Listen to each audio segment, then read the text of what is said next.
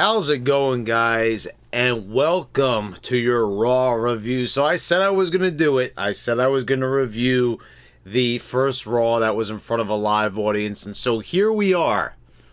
And I have to say, it really was a pretty decent show. And there was actually several matches on here that I liked. Cena's appearance definitely helped. Goldberg being there. So some big appearances. An eventful episode of Raw. Some things in here were kind of shitty, not very good. But for the most part, I gotta say, I kind of enjoyed this one. We start off with Cena coming to the ring. He talks about, how good it is to be in front of a live audience. And, this is something that we didn't get over on the SmackDown side of things. You didn't really have anyone really coming out and saying all this aside from Vince McMahon. Yeah, I botched it in my SmackDown review. When I first listened to it, I thought he said, well, where have you been? But he actually said, I thought he said, well, how have you all been? But it actually turned out that he says, well, where the hell have you all been? Which was actually even worse when you think about it. Like, I get it, it's tongue-in-cheek. He's sort of poking fun, like, he damn well knows where everyone's been the past year and a half. But that's besides the point. I mean, you would think that the owner of the company, if he's going to come out that they're one of the greatest characters ever, he'd say a little bit more. So here we get Cena really welcoming everyone back.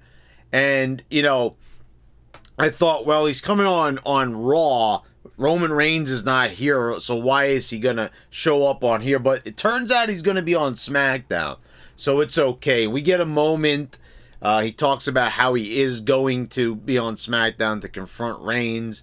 He talks about how Reigns isn't as good as he thinks that he is. And, we're kind of at a different point here. With Cena saying, good people who are good say that they're good. People that are great, are told that they're great. Not like an earth-shattering promo or anything, but seeing Cena in front of a live audience and the audience just giving him a huge, massive reception. You don't get pops like that anymore. You don't get reactions like that anymore. I mean, even the heels don't get reactions. Does Rollins get a reaction like that with his heel character? It doesn't matter how many times he laughs. Does anyone really, do any of the heel characters get this sort of reaction? You have to kind of think about it. We talk about, is Drew McIntyre over? We talked about, was Braun Strowman over? We talk about who's over or who's not over. And then when Cena comes out, then we kind of have to remind ourselves, well, a lot of these guys aren't truly over. Because seeing this from a time when the ratings were higher, they might have not been at their highest. Actually, quite frankly, far from it. He was actually there when the ratings actually started to go down. Not drastically, but substantially from where they used to be, actually. So Matt Riddle comes out, and this is just a transition into the next match. And I'm not a big fan of these transitions. Like, this is the guy that just happens to be coming down for the next match. I guess they figure it's a way of getting two characters in the ring together, but here it was okay. We just have John Cena and Matt Riddle going bro again, and they hold bro for a while. A little silly, but it made me smile. This is the thing. It's been a while since there's a crowd and them having a little bit of fun. It's not really me cutting them slack, but kind of in a way, when you kind of take it all into context and just how shitty it was being in the Thunderdome. And people were kind of like making excuses, saying like, oh, the fans are annoying anyway. Sometimes it doesn't really matter to me like how annoying the fans are. Sometimes it's just mandatory that you have them. So I don't know why people are they're okay with having people on screens all the time. I don't think that was really a good argument that a lot of these people were making. Anyway, we'll move on to the match. So I'm happy that everyone's back. We've got the Viking Raiders and Matt Riddle teaming up to take on Morrison, AJ, and Omos. This was an alright, 6-man tag. we've been seeing so many 6-man tags during the Thunderdome era. It's almost like you would have to have like a huge, massive blackboard to tally them all. You know, but who are we kidding? Even before the Thunderdome era, there's been like tons of these. But this one was not bad. You know, you had some hijinks. I don't know where Morrison is going with this. You know, it started with the drip thing. That's the most literal interpretation I've ever heard of drip. You know, which is supposed to be like style and coolness and, you know, having swag. It's kind of like, you know, 2020 or 2021's. It goes further back than that, drip. I realize that, but that's when they really started going to overdrive using that term mostly. I find it funny, you know, the squirt gun, because of how it's so ridiculous, the drip stick. But does anyone even realize just how disgustingly, you know, vulgar and like, obviously, I'm actually not quite sure. Is that supposed to be like an innuendo in a way? But in a way it might not be. Maybe it's just my mind's in the gun. No, it's not. It's just when I think of that, I go right to that before I think of a squirt gun. That's just me. You've got Riddle squirting almost, you know, when he's up on the apron, he throws it at Miz, who's in the wheelchair.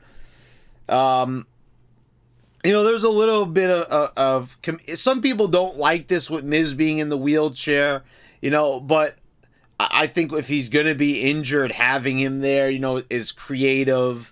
You know, it's just for comedic effect. The funny thing is, though, what I just can't get over is, you know, Miz is there acting like a goof in a wheelchair, you know, and Morrison's there, you know, getting his hair all crazy and doing this, you know, Johnny Dripstick and all this stuff, you know. And I have to say, you know, America's what was it? America's most drippiest, or whatever the hell his shirt said. It was something different than that. It's escaping my mind, quite frankly. So if I don't remember, let me know down in the comments. But I'm thinking back to, like, man, you know, wasn't like Morrison, didn't he seem a little further along in like 2010 and like 2011 even? And you know, Miz was just WWE champion. I mean, he was just there at the top, and then all of a sudden, you know, well, he was acting like a goof before that, you know, but you just have to think, like, now neither guy seems anywhere close to being a champion. And I would just like to see these guys move further along with their characters. And it was one thing to put these guys together when they were having problems getting over, you know, by themselves. You know, Morrison being on his own, he was having trouble after Eminem. They tried putting him on his own, but the crowd wasn't really having it. And, you know, they were kind of making jokes to improve Morrison. I mentioned in the past where they had Jeff Hardy, who's not even the best promo guy. Back then, he's improved himself. But he even said, you know, it's like watching paint dry, listen to you talk. So they put him with Miz, who, like, out of the gate was the better talker. So putting them together was a wise move. You know, it was a wise move right out the gate. But now, you know, how many years are we into their careers? 15 years, 16 years into it? I think it's time that we separate them once again, because where is it going, really? This is more, to me, like a placeholder, and they're trying the best they can here with the material given, dripsticks and all, but I just feel like these are two talented guys, and I see even a lot of my subscribers, like, hate these two guys, want to see them get released, don't want them to even be there. I can never fathom, like, why people don't like The Miz. I mean, I feel he's doing his job, but then again, you know, a lot of people wanted to see Cena get released back in the day. Actually, it was not that long ago, like 4 or 5 years ago, people were asking for Cena to leave. Now they're overjoyed that he's back. Some people are still saying, oh, he's annoying, I don't want him there, but I'm sorry to say, but I think the crowd reaction speaks for itself, and, Miz still gets a reaction, nothing close to Cena, but you know what I mean. We've got Jackson Ryker defeating Elias in a Symphony of Destruction match. These matches, I swear to God, it always seems like someone gets hurt here.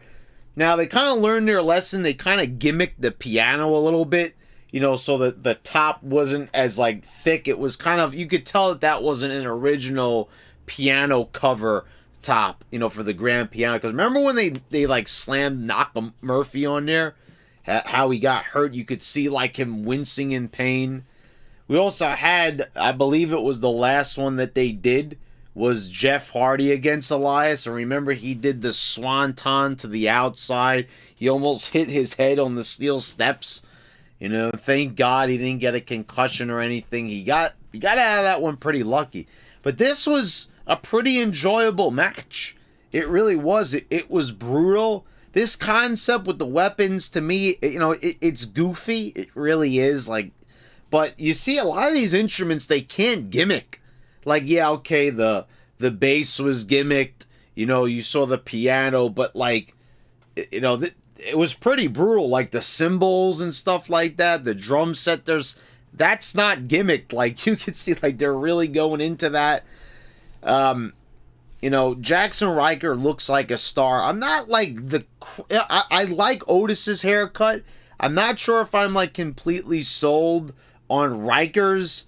I don't know. There was just something really grungy looking about him that just made him, I don't know, but I'm not saying that this is bad. I'm having a little bit harder time adjusting to Ryker looking like this than I did with Otis. Otis, I was on board with the clean shaven look. I was like, yeah, that's what he needs to do to, really get taken serious. It helped with the optics. This, I can't really say it helps. It's kind of I'm a little bit flatlined on the decision. I could go either way with the Ryker look. But this was a brutal match. And finally you had a good finish with a, obviously there was probably a crash pad or something underneath those tables because they were all covered up. But it was a good visual, a superplex. I mean, crash pad or not, Ryker's legs and lower back still were hitting. That was one dangerous ass spot, and it I was happy that just ended the match right there, and it looked good. And these guys, they work pretty well together. You even had a spot in there when they were just kind of going at each other, normal brawl with no weapons. But I thought it was good. They were on top of the piano. They, added different things into it. Once again, I have to say, though, okay, Ryker, they just put him in this singles run. I guess we could say, give it some time, guys. It's a slow burn. As, a lot of people always like to make excuses when they don't want to admit that something's not going anywhere. It's always clear. It's a slow burn, guys. Yeah, I remember that. I remember tons of people saying that about various different storylines and characters. Elias is I say it all the time. 2017, the night after WrestleMania, Elias debuts on the main roster. Also, Wade Keller. I'm looking at this because you know what I did? I watched this on Hulu because I wanted to watch a lot of the matches straight through. And then, I went on YouTube and I looked it up and I was like, okay, I need to put this in order because what YouTube does is they edit out a lot of the matches. So this match, for example, with Elias and Ryker, you didn't even have this match on Hulu. And you kind of see, the method to their madness sometimes of why they don't include things. I don't know why they don't just give the whole show. I don't understand it. You could just fast forward through it. They could put more ads on it, but I guess they want to make it like a show that a normal human could watch. That's an acceptable running time rather than 3 hours. It would come out to be 2.5 hours. So they're cutting out a lot, and I mean, they're cutting out a lot of promotional stuff too, and backstage things, and trust me, if you watch the the edited version on Hulu, you're not really missing a lot, but sometimes they do make weird decisions. I've seen it in the past, where certain things, like when they had like Shelton Benjamin and Cedric Alexander, I remember in a match, I think I even reviewed it here, they like edited that out, or it was something like that. But this was like completely edited out. But yeah, I filled it in anyway, the gaps from what I watched on Hulu. And Keller is actually saying that he feels that the audience should have hijacked Elias's promo that he did before. He did a little song about Riker.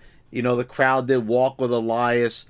And Keller, despite everyone in the audience, a good percentage, I'm sure probably like 80%, 75% are chanting that. As at the moment Elias calls for that chant, and he's got the audience in the palm of his hand, which is something that like almost nobody does or can do in this current era. And Wade Keller is actually telling people in his review that they should have hijacked this segment and said, fuck you, Elias. Yeah, that's what he said. He said they should say F you, Elias, and that would end his entire bit. Go on PW Torch and read it for yourself. What a goofball thing to say. I mean, you got to be kidding me here. Like, if a guy is over and you're supposed to be a wrestling expert, wouldn't you say like, okay, well, I understand, like, why is that even necessary? When you're telling an audience to hijack a show. Look, I don't like Sasha Banks. I don't like Bayley. Do I ever come on here and say, well, they should hijack the show? No. As a matter of fact, I've said this time and time again, and I'm going to talk about it later on here, and I even said in my Money in the Bank review. There's people that I don't like on this show. I don't personally like them, but I don't have a personal vendetta against them. Sometimes I'll call out Rollins and Sasha for hurting people and stuff like that, and not getting punished for it. But I will say this: I'm never going to say that their matches should end badly. I said Bayley. And their promos shouldn't be hijacked by a crowd just because you personally don't like them. I mean, I've seen this before, and I've even, heard about this, even like listen to Vince Russo and, Billy Body and all these other people that know how the dirt sheets work. He's on the dirty sheets, by the way, where it has a lot of really accurate information, a lot of accurate inside information, by the way. And he's on the Russo brand, so, shout out to that guy. But these guys have personal vendettas. They're not about the news. They're not about analysis. He does the same thing with Karrion Kross. I've seen it before. I've heard it before. He is like totally against certain guys for no apparent reason other than he just doesn't like them. I don't get it. Like, keep your opinions to yourself if they're going to be like, I mean, you're basically saying that you want the show to be fucked up. That's what you're saying. It's their first night back for Raw, and you want the show to turn into some goofball fest with morons turning against wrestlers. Why don't you go to the show and say that, screaming out loud, Keller, and see what happens? What a moron. Then we go backstage, and we have this completely worthless segment with Mansoor and Ali. And I don't know why they think that like anyone cares about these guys. No one cared, if Ali is dressed up like Antifa or he's dressed up like, some goof in a suit, it's Mansoor gets this guy who doesn't even like him into a tag team. And, I don't know why they're doing this. I mean, why? Because they're both Middle Eastern. Like, I don't get it. Like, what is the point of having these guys together? The only thing they have in common besides that is they're both not over. They're both uninteresting. I'm not going to say anything about their ability. I mean, they seem all right. I've seen, Mustafa Ali, and he seems like he's willing to like put his whole life on the line. I've seen this guy go off the top rope backwards wrestling Buddy Murphy. I've seen a lot out of this guy, and I'm not gonna bash him for that. I never will. A guy like he wants to go all out like that. That's his business. But like, I'm pretty sure we're watching these guys backstage with Sonya Deville and Adam Pearce. Like, who's watching this like on the edge of their seat? Like, oh, I can't wait to hear what Mansoor has to say. And like Mansoor just like appearing out of nowhere. This is just a guy, he's there on 205 Live. He's undefeated, and they only used him on the Saudi Arabia show. So like, first of all, no one knows who he is unless they watch those specials on the network, or you watch 205 Live, which no one watches. So, like, I don't get it. And Sheamus comes back there. He complains about his match with Carrillo. It's another guy, Sheamus, where so much talent here, so much superstardom, and just not doing anything substantial with the guy. He's just kind of wandering around with his U.S. Championship, wrestling this guy for the umpteenth time. Like, where are we going with this? We've got Charlotte coming out, cutting a promo here, and working the crowd. This is the part where I have to say where I don't miss the crowd. Becky. I will tell you this. I am not looking forward to Becky Lynch's return. Cringy Lynch's return. You all know when she comes back, we're going to have a lot of fun. We're probably going to say a lot of things. It's all in good fun. Not saying anyone should hijack and chant Cringy Lynch. Never said that. I'm saying it now, but it's a joke, obviously. So, I don't get it. I didn't mention my Money in the Bank review, but she flipped off the crowd in a great heel moment. And I like how Charlotte has control. And the thing is, I've said this before. The fact that, like, people hate Charlotte for, like, really no apparent reason. Like, I don't know, like, if you're a Charlotte hater, let me know specifically down in the comments what you don't like about her. Because I don't know what it is. I hear people say she's overrated.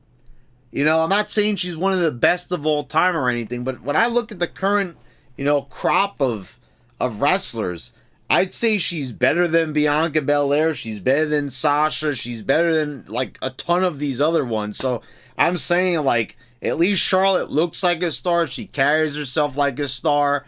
And the controversy surrounding her kind of adds to the allure a little bit. And I thought she handled herself pretty well here. And we have Rhea Ripley coming out. She wants a rematch. Charlotte doesn't want to give it to her. Sonya Deville and Adam Pearce. So, like, this is where these people are hanging out mostly. They don't really come around on SmackDown that often. They mostly hang out on Raw, it seems more like. And I don't get why that is. Like, why do they, like... They seem like they're favoring Raw a little bit more. Like, they're barely ever on SmackDown, Pearce and Sonya Deville. When they are, it's, like, in a lot shorter. I guess maybe because there's 3 hours, they could show more of them. That's probably it. Anyway, they forced Charlotte into a match, and we're going to have Charlotte versus Rhea Ripley part 73. Like, but we'll talk about that match a little bit later on. So up next, you had Natalya and Tamina defeating Nia Jax and Shayna Baszler. And this is the funny thing about this. I actually thought going into this match, because I had to just watch this one on YouTube, and it was cut out of the Hulu edit. So, I watched this match on WWE's YouTube, and they pretty much got most of the match because it was short anyway. But I actually thought that Shayna and Nia were still champions. Like, I thought that they had, like, the Raw women's tag titles. And then I remembered there is no Raw women's tag titles. There's just one set of belts. And I was like, oh, yeah. See, this is the thing. Like, all the belts looking the same and everything. And, God, this is why the brand split just is, like, sometimes it's mind-boggling. It's frustrating. Like, trying to keep track of this and trying to remember who's the champion on this show. Like, honestly, I'm going into this because I didn't see their entrances, and I'm thinking that this is the SmackDown Women's Tag Champs versus the Raw ones, and I'm like, oh yeah, that's right. Just kind of like was thinking to myself, but I thought I should just share that thought. I thought it was kind of humorous. Anyway, Tamina and Natalya pick up the win. Shotzi is nowhere to be found on this show because like she's on SmackDown exclusively, I guess, as well as it's not even Tegan Nox. I checked; it's just Nox now. So it's just Nox. It's just Shotzi. You know, like how is there a girl just called Nox? Like, wouldn't it make more sense to just call her Tegan? I guess it makes as much sense as just calling someone Cesaro, but even that sounds better than just Nox. Kind of reminds me a little bit of like going back to Mike Knox. I said in my SmackDown review when he went to Impact, they called him Nux, kind of like a play off of his WWE name. I don't know. I'm just trying to come up with examples here. Anyway, after it's all said and done, Reginald caused a distraction, which cost them the match, you know, for Nia and Shayna anyway. And Nia finally gives a headbutt to Reginald, and he falls down, and I guess that's it. I guess it's over. There wasn't really anything official here. But you've got a Tozawa running out with his 24/7 championship. I didn't even know the guy was a 24/7 champ. I thought R-Truth still had it. But a bunch of goofballs are chasing after him, and they kind of just fall over each other at the entrance ramp. Like, you know, welcome back, live crowd. Remember this garbage? So, like, man, thing is, like, this actually could have been an interesting belt. You know, bring back the hardcore championship without actually bringing it back. You know, at this point, why not bring back the hardcore championship? But no, they didn't want to quite do that because I guess they don't want to be associated with hardcore. And you notice they barely use the word hardcore. You know, it's Extreme Rules now. You know, you got that going on. There's not a lot of talk about that. But whatever the case may be, how did they make this belt become the goofball belt? And, you know, a lot of people blame it on R-Truth. You know, R-Truth is just collecting a paycheck. This is what they want him to do. So I don't know why a lot of people blame R-Truth. And this is like another guy. I always see like everyone wants this guy to be released. You know, I see it anyway in the Wrestling Gods over on Facebook. I don't know why there's so much R-Truth hate. You know, the guy has contributed enough to the business already.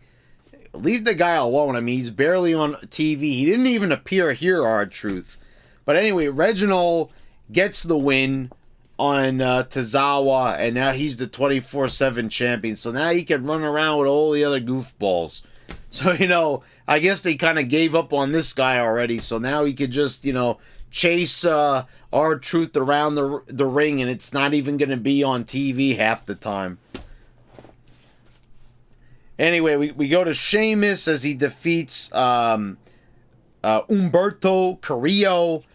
I don't even know why this guy is here. Like, seriously, there's no charisma. I don't see a look. I mean, the guy seems like he's in decent shape. He looks athletic. But, like, why is this guy here? And why is he, like, dominating Sheamus? You know, I don't care. You could use the excuse he's wearing the mask. I've seen them wrestle before, even before the mask, and I don't get it. Like, after getting busted open by this guy, breaking his nose, shouldn't Sheamus just be getting this payback and clobbering this guy? Like, where really is this going to go? And it's another non-title match. You know, we're going to talk about this later in the Lashley challenge match that they're going to have later on. Like, they don't put the belts on the line anymore. What is this, that you got to beat the champion to get a shot? When did they ever have this? You know, didn't it just used to be you'd have a number one contenders match? When did you ever have to actually beat the champion in order to earn a shot? Like, to me, that's total madness because you're just going to make people get tired of that feud fast. Because you've already, you know, and he didn't win. So, like, it also would have been more exciting if Carrillo was dominating and they had for the belt, but it wasn't even for the belt. It was a chance to earn a shot at the belt, and we have Carrillo like an idiot punching his face, which makes him look like a moron, hurts his hand. Sheamus finishes him off with the bro kick. And I'm like saying to myself, like, why did he have to struggle so much with this guy? And you know, I gotta say, you know, Jimmy Smith is not a bad commentator. This is a UFC Bellator guy, and he's got that good sports announcer voice. It's a nice, strong voice that carries. But what the hell was up with him? Like, after the match ends, you have Saxton, you know, Byron Sex Addict, saying, "Oh, I wonder what that mask is made out of," and you have Jimmy Smith just screaming at the top of his lungs, "It's steel!" And he's like, "I felt it." I was like, why are you screaming that it's steel like that? Like, you could just say, "Well, I felt it was steel." I don't mean to get into, like, you know, this and that and, you know, all these semantics and all that garbage. You know, I'll leave that for the dirt sheets. But, like, what was up with that overreaction? It was steel. Like, okay, settle down. I believe you. It's made of steel. Like, you know, credit to that guy for, you know, being a few weeks on the job or however long it's been. He's doing a good job. But, like, what the hell? Like, I mean, man, like, control yourself. I mean, he made Pat McAfee look calm in comparison. But I gotta say, yeah, Pat McAfee and Jimmy Smith, listening to Smith on the pay-per-view and, you know, McAfee, I'm starting to warm up to these guys a lot. More so McAfee, of course. After he sat on Cole's head, he warmed the cockles of my heart, I have to say.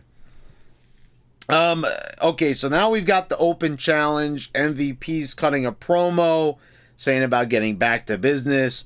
They talk about the Kofi thing.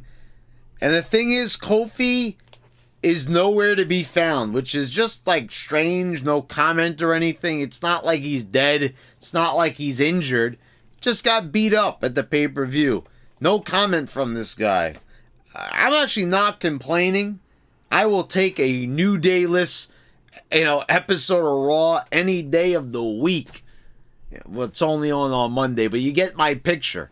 You know, you get my point here. But it was weird to, like, not really hear from him, but they've done this before. You know, they wanted to, like, blow over, whatever the reason may be. So we get an open challenge, and it's not for the belt, by the way. Like, this is what I'm saying. Same thing with the Sheamus match. So you have to win an open challenge for what? To get a shot at the belt? Like, what happened with the U.S. Open challenge? Remember, like, just put the belt on the line. It'd be more exciting that way. Anyway, Keith Lee comes out. No one knows his music. When he comes out, no one knows who he is. Yay. And see, this is what I'm saying, guys. You know, this guy was on TV enough during the Thunderdome era where people should know, you know, who he is and everything. And people always complain, "Oh, they're not calling her Piper Niven," and, you know, all this garbage. And people act like people, like fans, like, know who these people are. They don't. They're not over. And I've said this, and we'll talk about the match here. This was, it was a good match. I enjoyed it. I thought Keith Lee did a good job. You know, he looked good in there against Lashley. I thought it was good to have two big guys in there. You know, someone to give Lashley a run for his money. And we had, like, a nice finish there at the end. And that finish pretty much cements that Keith Lee is not really going places. But, you know, I just have to say, like, I'm not complaining here. It's not like there was a lot of stock in Keith Lee. And something in my mind tells me this guy is very close to being released. I don't know what it is. There's just a really weird aura. And it's very mysterious. Like, no one knows what's happening with Keith Lee. He was dropping hints on social media. Quite frankly, you know, I hope the guy's okay, like, mentally and all that. That's what I'm getting from it. But, because, like, Bray Wyatt's going through the same thing. But quite frankly, you know, it's not like a big concern to me. You know, as long as the guy's got his priorities straight, I don't need to know the reason. Like all these people, I must know. Let me keep tweeting him. No, I'm not gonna keep doing that. I'm not gonna not keep doing that nonsense. I'm never gonna do that nonsense. I never have. I'll leave that up to the goofballs out there. But yeah, like, this, he's not being used right. Like, guys, not everyone's going to be a world champion. This guy would be a decent mid-carder. That's what I'm saying, U.S. champion. It's just, I don't know what it is. Does the guy look like a star? He looks like something. Does he deserve, he looks like he deserves to be there? But I don't think superstardom. Not everyone is cut out for the world title, the main event.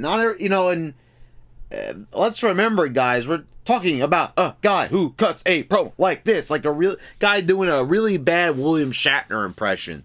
And you're talking to one of the biggest William Shatner fans and Star Trek fans here.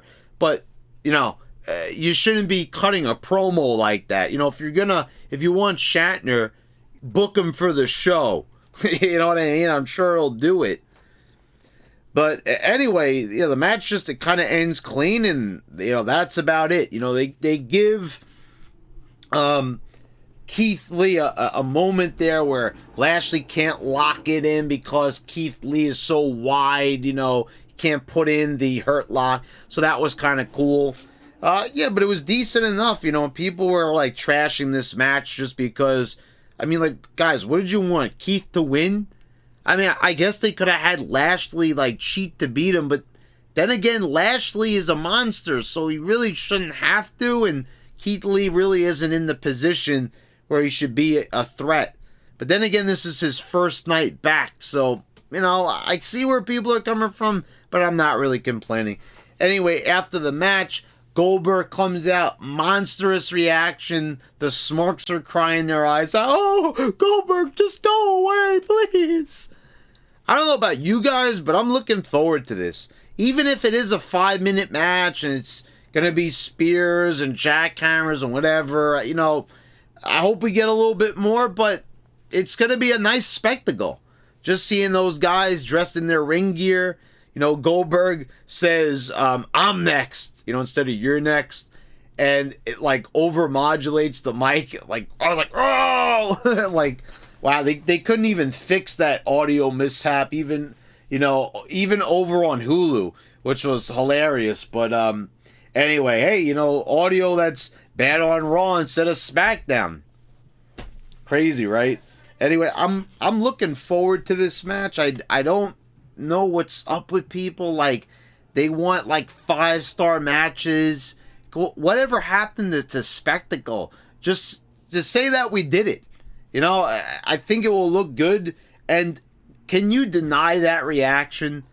A huge crowd like that chanting Goldberg's name, getting excited at the very sight of Goldberg, hearing his entrance music hit, and him getting in the ring, saying his line. Can you really argue with, argue for not having a SummerSlam match with a reaction like that? No, you can't. It's the same thing with the Cena argument. You can keep saying that, this is the wrong move, when it translates to a positive reaction. And you could argue, okay, well, Goldberg's not really drawing all that much, but, is anyone else? This is what I'm saying. Everyone is, give the spot. Is anyone doing any better? This is why they keep going back to the well.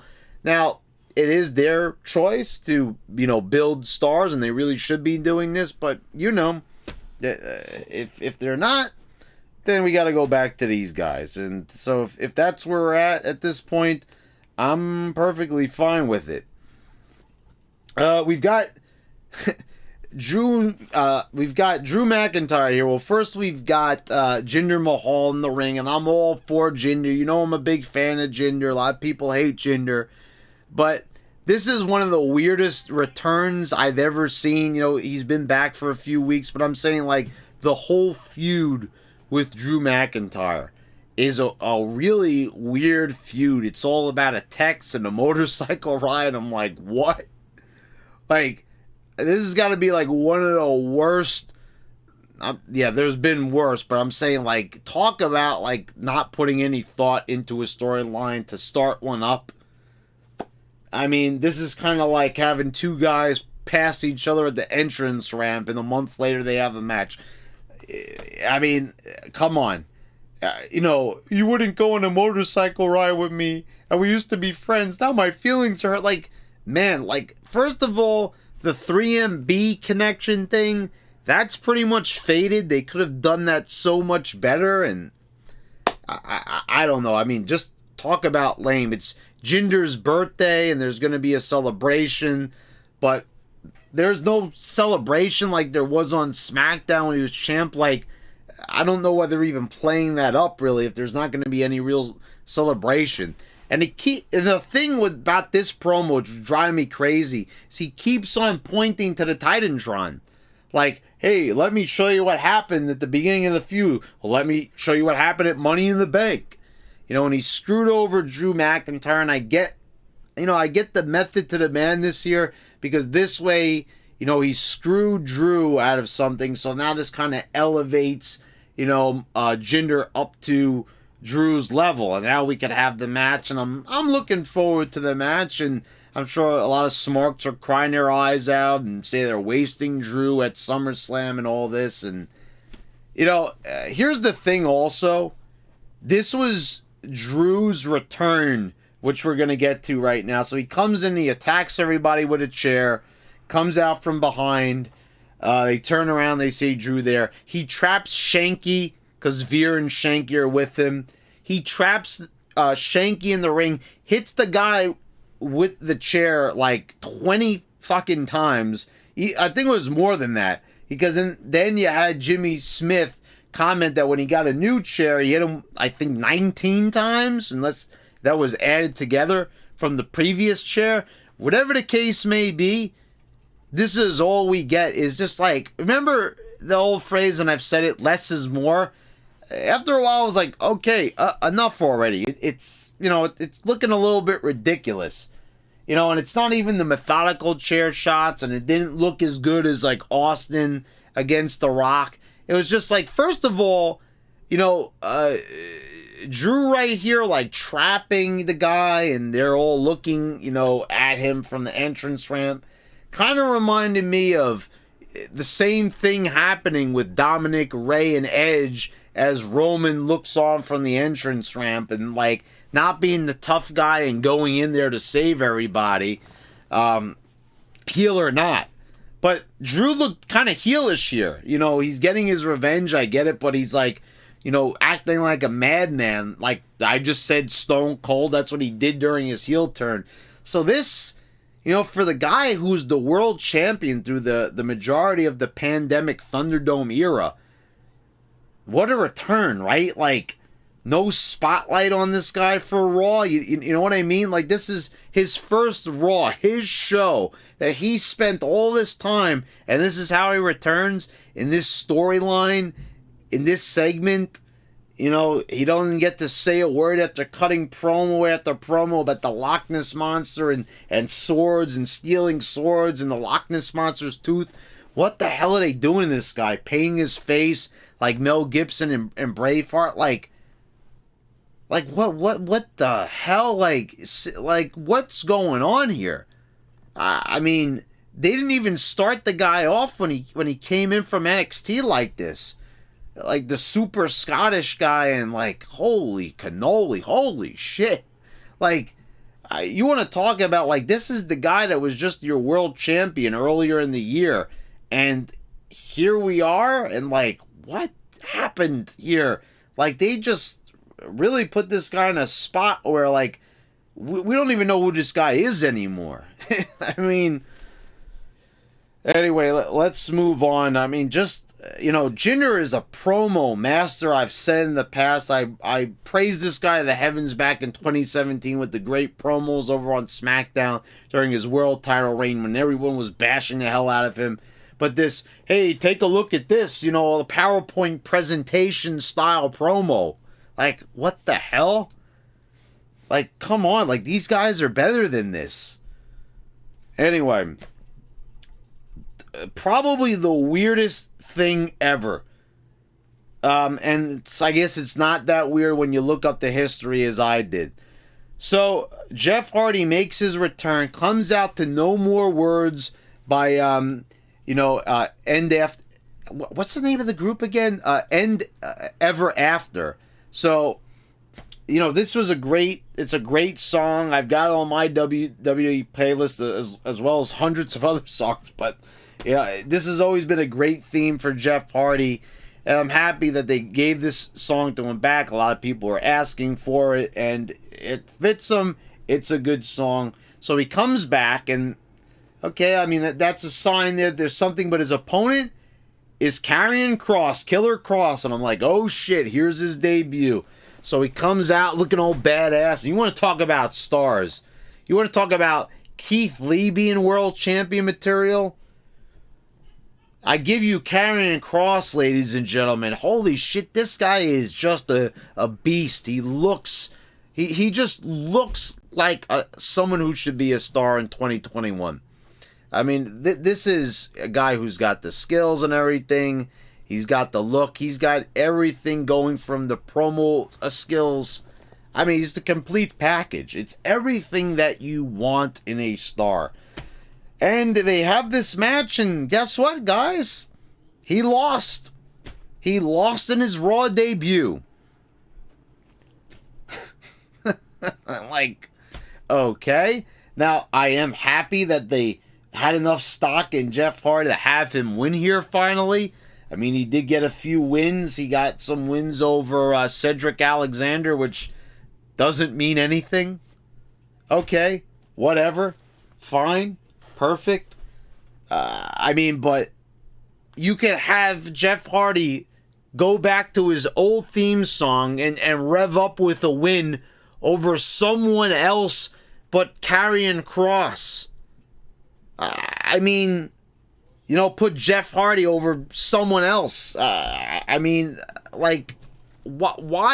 the one guy who basically can outperform almost the entire roster as far as I'm concerned, because I really do feel that strongly about this guy and the potential that he holds, and he's shown it.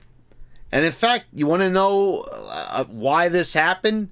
Because of the promo he cut on Adam Cole. Poor little Adam Cole. Yeah, see, I said it right there. Because he called Adam Cole Little Man during the NXT promo. I went and watched it myself.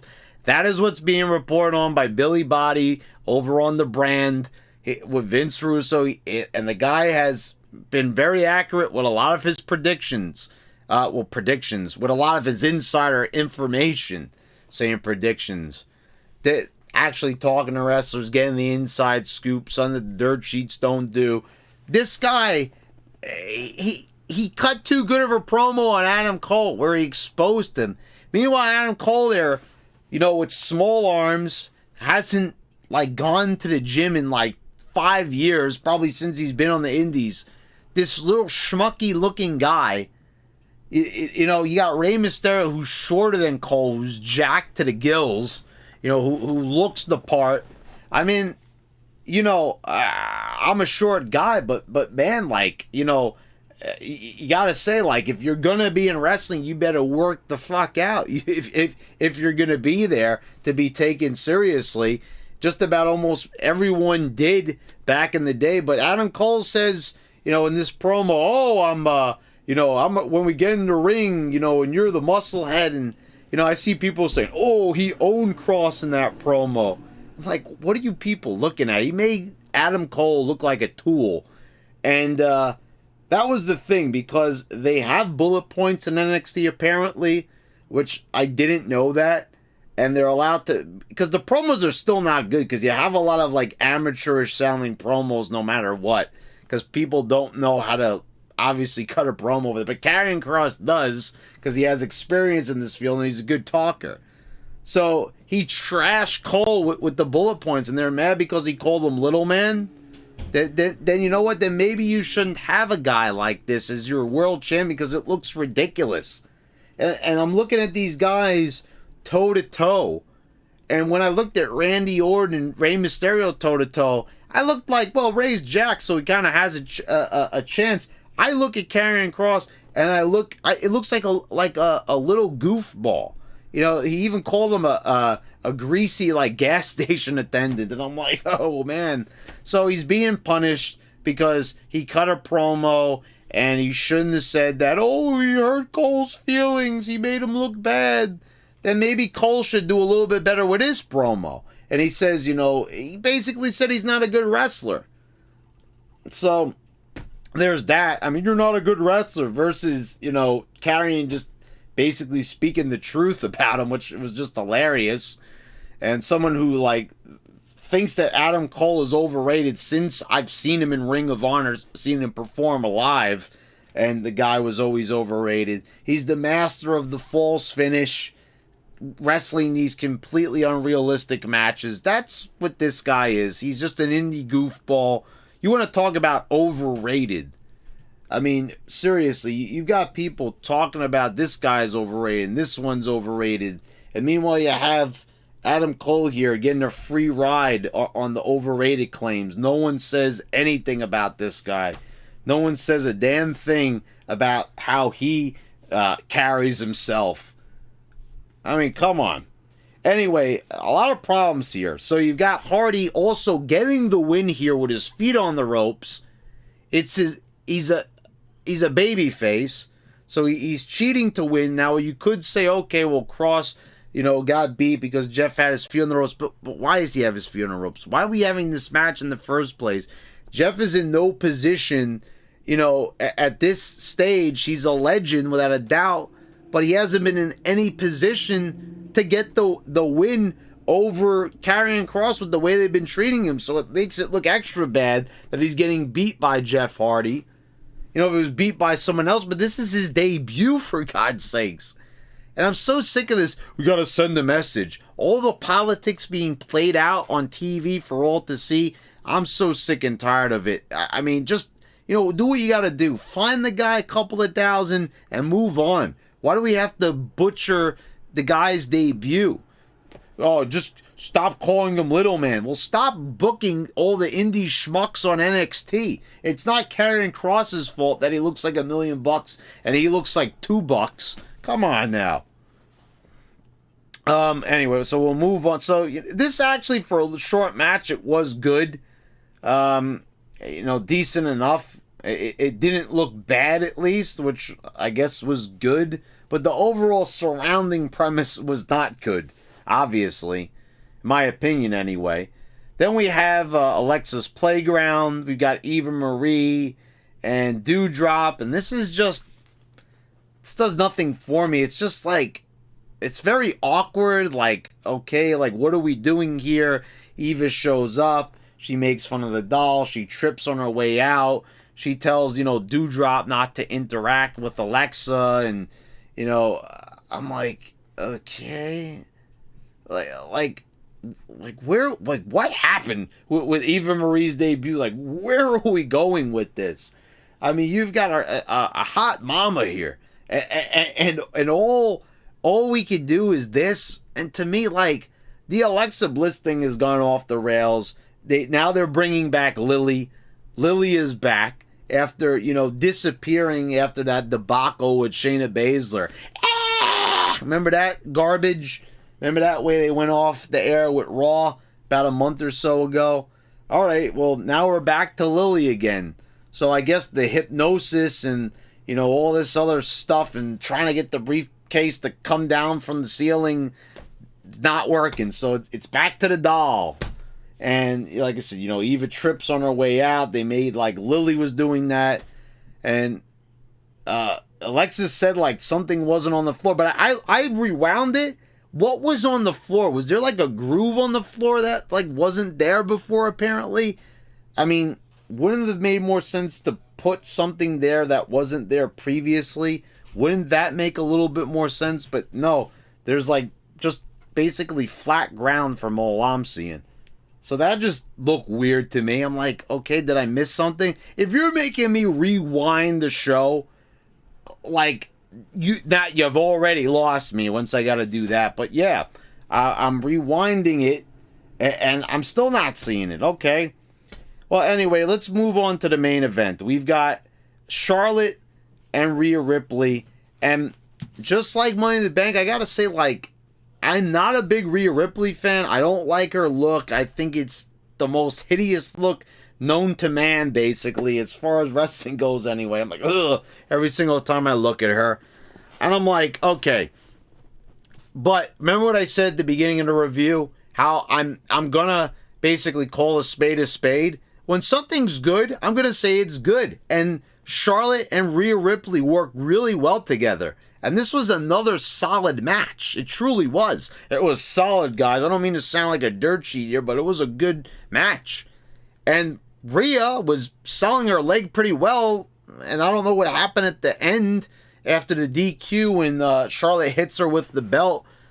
So, you know, Rhea wins by DQ. But, like, I liked, like, the working of the leg. And Rhea, like, when she goes for the Northern Lights, it's putting too much pressure on her legs, so she like sticks it up in the air. I'm like, all right, like, yeah, psychology, stuff that makes sense. They're not just hitting a bunch of moves for no reason. I'm like, classic. So I'm like, maybe like Rhea's like learning, you know, maybe they're like the agents like commented on her shit and said like, man, you suck, you got to do better. And she's like finally trying to like hone her skills a little bit. Because these Charlotte matches, they're 10 times better than that really just not good match. You know, like it wasn't terrible, but just so average match with Asuka, where it just, you know, so much was like just so clunky looking and off pace. But these are like well paced and put together matches. So I might not be a Rhea Ripley fan. I don't see a lot in her, but like they work pretty well here. So. After this, like, Rhea gets up and somehow she just, like, now she's not limping around. She's grabbing Charlotte, which I'm like, okay, there goes the leg cell, but I guess it lasted for the duration of the match at least. So she takes Charlotte, you know, she bashes her into the ring post, then hits the pump handle slam on her. This was a little bit kind of oddly timed, I saw, with like Nikki Cross coming out for the cash-in. Like the music hits before Rhea even hits her finisher. So like, how did she see this as an opportunity? Because she hit a kick, she posted her on the outside, and then hit the pump handle. But like, was Nikki like right there in the gorilla position the whole time? Because I was like, okay, whatever. So she throws her in, does Ripley. Nikki Cross comes, she climbs to the top rope, she cashes in, she hits the crossbody, and Charlotte is done. And, you know, you basically, you got a little tiny reign here, less than 24 hours, and we're done.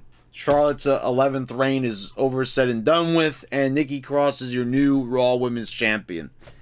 The crowd was going crazy, so we're obviously going to see a lot more of Nikki because of that. I don't know, like, man, the mask, just everything. It's such a stupid costume. It's a gimmick that could work. Hey, I was a big fan of the Hurricane, a big fan of Mighty Molly, but why was Mighty Molly's costume, which wasn't even, like, the coolest costume, why was that acceptable but not this? It just, you know, it had the comedic touch, but it didn't just look completely stupid like this costume. Just give her a better outfit. Now that she's the champ, I expect her now to not be Nikki A.S.H. I expect her now to be the full-on superhero. Give her a better costume. I mean, maybe that's the joke there. Maybe she's supposed to look like this, because remember Rosie, they just gave him the sweatshirt, the t-shirt where they wrote S-H-I-T on there. So, but anyway, everything, you know, the cash-in, the Goldberg, the Lashley and Keith match, Rhea Ripley and Charlotte, Riker and Elias, you had some pretty strong matches here. Like, there was actually some decent entertainment here.